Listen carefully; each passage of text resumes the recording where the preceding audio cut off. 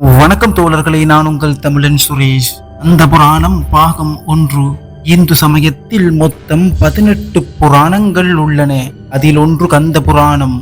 அசுரகுரு சுக்ராச்சாரியார் ஆழ்ந்த சிந்தனையில் இருந்தார். இந்த அசுர குலத்தை என்ன முயற்சி செய்தாலும் தேவர்களின் புகழ் நிலைக்கு உயர்த்த முடியவில்லை. ஆனால் இப்போது அசுரர்களுக்கு நேரம் நன்றாக இருக்கிறது. தட்சனின் யாகத்தில் சிவன் பங்கேற்காத போது அவரது அனுமதியின்றி யாகத்தில் கலந்து கொண்ட தேவர்களை சிவனின் காவலரான நந்தி தேவர் கண்டித்திருப்பதுடன் அவர்களின் சக்தியையும் இழக்கச் செய்திருக்கிறார்.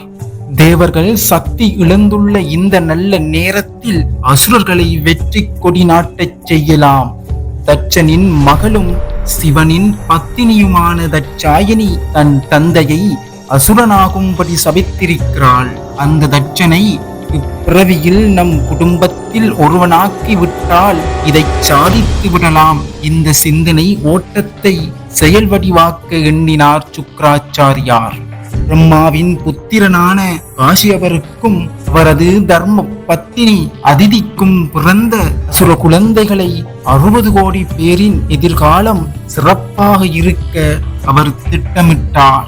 திட்டத்தை செயல்படுத்த அசுர குழந்தைகளில் முதலானவன் சுரேந்திரன் மங்களகேசினியின் தம்பதியரின் புதல்வி சுரசையை தேர்ந்தெடுத்தார். இவள் சுக்ராச்சாரியாருக்கு முகமலர்ச்சியுடன் பணிவிடை செய்து வந்தாள்.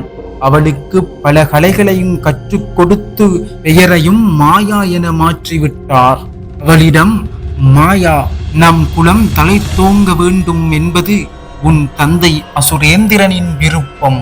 அவர்கள் தேவர்களால் தொடர்ந்து அழிக்கப்படுகிறார்கள்.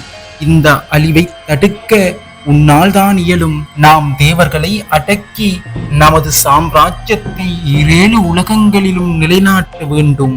அது உன்னால் முடியும் என்றார். வியப்படைந்த மாயாவிடம் தன் திட்டத்தையும் விளக்கினார். குருநாதரின் கட்டளையை ஏற்ற மாயா தன் தந்தை அசுரேந்திரனிடம் இது பற்றி சொல்ல அவனும் அகமகிழ்ந்து மகளை வாழ்த்தி அனுப்பினான்.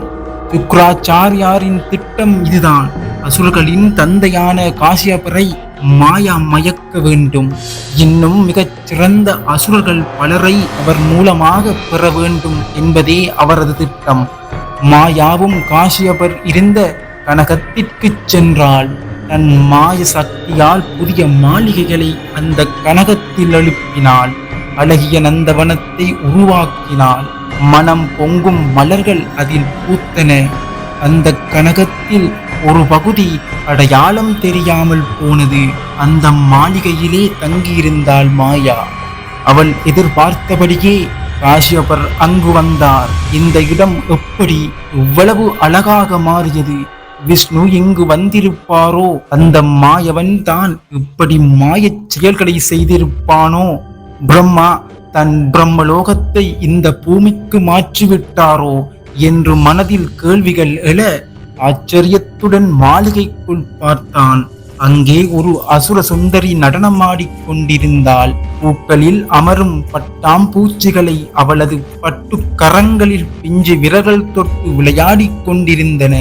அவள் மான் போல் துள்ளி துள்ளி விளையாடுவதைக் கண்ட காசியபர், ஆஹா, உலகில் இப்படி ஒரு அழகியா? இவளை போன்ற பேரழகியை இதுவரை பார்த்ததில்லை. இனிமேலும் காண்போமா என்பது சந்தேகம்தான். இனி இப்பூமியில் ஒரு நாள் வாழ்ந்தால் கூட போதும். ஆனால் இவளோடு வாழ்ந்துவிட வேண்டும் என எண்ணியவராய் மாளிகைக்குள் சென்றார். அழகு பெண்ணே, நீ யார்? இந்த கனகத்தில் உனக்கென்ன வேலை? இந்த மாளிகையை எப்படி உருவாக்கினாய்? உன் அங்கங்கள் என் மனதை குலைக்கிறதே. ஏற்கனவே திருமணமானவன், அவசீலன். அப்படி இருந்தும் என் மனம் உன்னை கண்டு அலை பாய்கிறதே என்று புலம்ப ஆரம்பித்து விட்டார். அவள் காசியபரிடம் நல்லவள் போல் நடித்தாள். அவசீலரே, இந்த மலைப்பகுதியில் நீண்ட காலமாக வசிப்பவள். எனக்கு இந்த மாளிகைகள் எப்படி வந்தது என தெரியாது. ஆனால் யாரும் இல்லாததால் இங்கே புகுந்தேன். வேண்டுமானால் இந்த மாளிகையை நீங்களே எடுத்துக் கொள்ளுங்கள். நீங்கள் முனிவராக இருந்தும் என் அழகை வர்ணிப்பதில் நியாயமில்லை. நான் இளங்கண்ணி, நீங்களோ முதியவர். வயதிற்காவது மரியாதை கொடுங்கள் சுவாமி என்றவளை காசியவர் மீண்டும் வற்புறுத்தினார். அவள் மாயா அல்லவா, அங்கிருந்து மறைந்து விட்டாள்.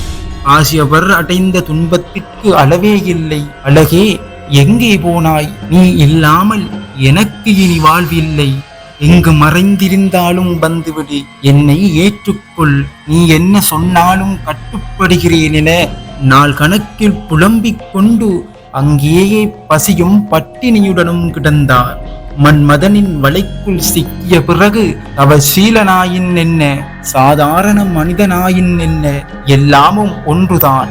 காசியவர் மயக்க நிலையில் கிடந்தார்.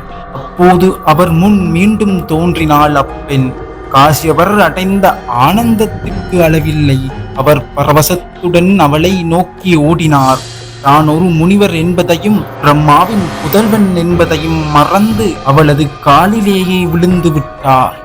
நன்றி தோழர்களே. மீண்டும் பகுதி 2 சந்திக்கலாம்.